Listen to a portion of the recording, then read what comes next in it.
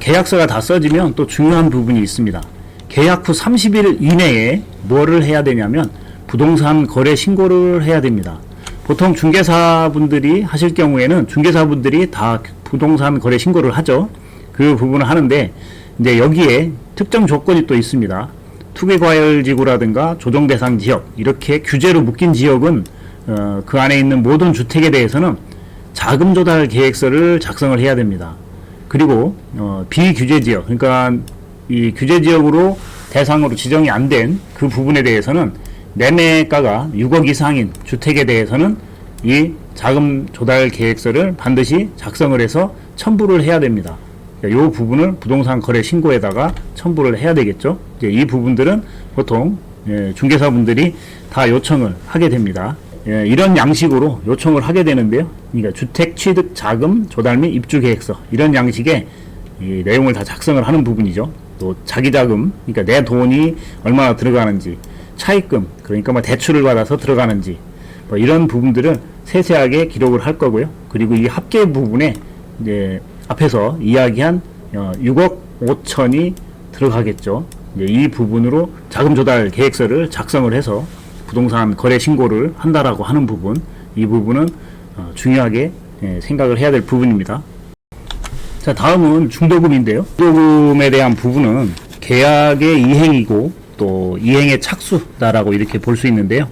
이 부분에 대한 가장 큰 특징을 좀 말씀을 좀 드려볼게요. 자, 일단 중도금에 대한 부분은 계약 파기를 위한 방패다, 방패 역할을 한다, 이렇게 볼 수 있고요. 자, 여기 보면 이행의 착수라고 되어 있죠. 이제 1원이라도 중도금으로 입금이 되면 이행의 착수로 보게 됩니다. 이행의 착수라고 하는 부분은 일방적으로 계약을 해지할 수 없다라고 하는 부분이거든요. 그렇기 때문에 특히 이제 집값이 폭등을 하는 경우에 계약을 또 지킬 수 있는 하나의 이제 방어막이다, 이렇게 볼 수 있습니다. 일반적으로 뭐 계약금을 넣었는데 계약금보다 훨씬 더 높은 금액으로 집값이 올라가는 부분일 경우에는 매도인 쪽에서 배액을 상환을 하고 계약을 해제할 수 있는 부분들이 있잖아요. 그렇기 때문에 중도금을 넣게 되면 이 부분을 해제할 수 없는 그런 부분들이 됩니다. 그래서 중도금 부분을 넣는 경우들이 있죠. 자, 이 부분은 잘 생각을 해서 중도금 부분을 정할 수도 있습니다. 그리고 또 상대방의 동의 없이 계약 해제가 불가하다라고 하는 부분들, 이 부분 앞에서 말씀드린 부분 똑같고요. 만약에 이제 중도금이 들어간 상황에서 계약을 해제하고 뭐 위반을 했다, 이렇게 될 경우에는 채무 불이행에 대한 책임이 있습니다. 자, 그리고 중도금에 대한 또 법적인 의미가 있어요. 이 부분은 보시면 매수인은 남은 잔금을 기한 내에 치러야 할 의무가 생기는 거고요. 중도금은. 그리고 매도인은 집을 비워주고 소유권을 넘겨줄 준비를 해야 되는 그 상황입니다. 그렇기 때문에 이 부분은 잔금 때 동시이행 관계, 그러니까 동시에 진행돼야 되는 부분이죠. 잔금도 주고 그리고 등기도 넘겨받는 그런 또 소유권 이전을 하는 동시이행 관계에 대해서 조금 더 견고해진다라고 하는 느낌이죠. 그렇기 때문에 중도금에 대한 부분은 제가 이렇게 자물쇠로 표시를 해드렸는데 끝까지 소유권을 지킬 수 있다라고 하는 의미에서 중도금을 표현을 해드린 거예요. 자, 그래서 중도금도 상당히 중요한 개념입니다. 자, 다음은 잔금인데요. 잔금은 마지막이죠. 이 계약에 대한 소유권 이전에 대한 마침표를 찍는 그 타임인데요. 이 잔금 때 모든 게 다 이루어진다라고 보시면 됩니다. 그렇기 때문에 잔금에 대한 부분을 필요한 서류들도 있고 그리고 갖춰야 될 그런 어떤 형식들도 있기 때문에 그 부분에 대해서 필요한 서류와 어떤 부분을 갖춰야 되는지 그 부분을 간단하게 한번 말씀을 드려볼게요.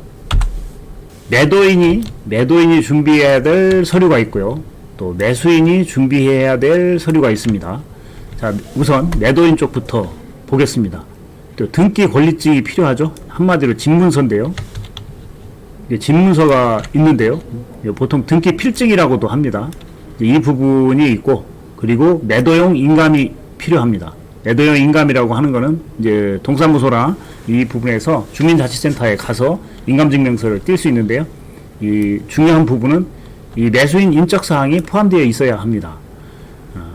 그리고 주민등록 초본이 필요하거든요. 이 주민등록 초본은 주소 이력이 포함되어 있는 상세한 주민등록 초본이 필요합니다. 어떤 분들 같은 경우는 가끔 초본을 띄어서 현재 상황만 초본을 띄어서 가져오시는 분들 계시거든요. 그런 경우에는 이 주소 이력 포함해서 다시 또 띄어야 되는 그런 어떤 번거로움이 있습니다. 이 부분은 중요하니까 확인은 꼭 하셔야 됩니다. 그리고 신분증하고 인감 도장이 필요합니다. 이제 소유권 이전을 해주기 위해서 법무사 쪽에서 보통 이 인감 도장을 요청을 하죠. 자, 이렇게 서류가 필요하고요. 그리고 매수인 쪽 준비 서류는 좀 간단하죠. 주민등록 등본, 주민등록 초본, 그리고 가족관계 증명서, 그리고 신분증과 도장이 필요합니다. 도장은 인감 도장이 필요가 없죠. 그냥 일반 도장이어도 상관은 없습니다. 자, 그래도 추가적으로 주민등록 초본에는 주소 이력이 포함된 게 필요하고요. 또 가족관계 증명서가 필요한데요. 이 상세로 나와 있는 부분은 주민등록 번호가 다 나와 있는 그 가족관계 증명서를 추가로 준비를 하셔야 됩니다. 이 부분은 취등록세 할 때 다주택자나 이런 부분들을 체크를 하기 위한 것인 것 같아요. 이제 그래서 이 부분을 준비를 하시면 됩니다. 또 기타 항목들이 있어요. 뭐 열쇠라든가 뭐 카드키라든가 비번, 각종 리모컨, 또 아파트 매뉴얼 및 보증서, 빌트인 보증서죠. 뭐 빌트인으로 들어가 있는 전자제품의 보증서라든가 이런 부분들이 있으면 이 부분을 또 인수인계를 해줘야 되는 부분들이 있고요. 또 관리비 부분도 정산을 해야 되는 부분이 있고, 또 세입자가 있었다라고 하면 장기수선 충당금이 세입자한테 전달이 돼서 마무리가 다 됐는지 이 부분도 한번 확인해야 될 그런 부분이고요. 또 그리고 선수관리비라고 있습니다. 이 부분은 관리비 예치금이라고 해서 뭐 신규 아파트라든가 처음 아파트 입주를 할 때 이 관리비 예치금이 있습니다. 기타 이제 공과금 정산이 되었는지, 도시가스, 수도, 전기 이 부분들이 미납 요금이 있는지 이 부분들은 다 항목을 확인하셔야 됩니다. 자, 그렇게 이 내용들을 전부 다 확인이 됐다라고 하면 이제 마지막에 가서 매매대금 잔금을 입금을 하는 거죠. 남은 금액을 다 입금을 하죠. 소유권 이전 등기를 하기 위해서는 필요한 사항이 취등록세가 있고요. 또 인지대도 있고 법무사 수수료도 있고 이런 부분들, 그 부분에 대해서 지급을 다 하게 되면 이제 완벽한 소유권 이전이 된다. 자, 이렇게 오늘 계약에 관련된 내용들을 설명을 드렸는데요. 제가 이렇게 잔금일에 체크리스트를 좀 만들어 봤는데요. 이 부분은 더보기 쪽에 링크를 걸어 놨으니까요. 블로그 쪽에 다운로드 받으셔서 활용하셔도 좋을 것 같습니다.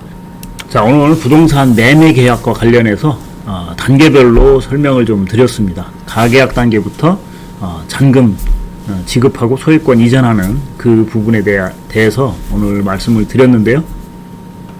궁금하신 사항 있으시면 댓글이나 전화 연락 주시면 자세히 안내해 드릴 수 있도록 하겠습니다. 다음 강의에서 뵙도록 하겠습니다. 지금까지 부자대회였습니다. 감사합니다.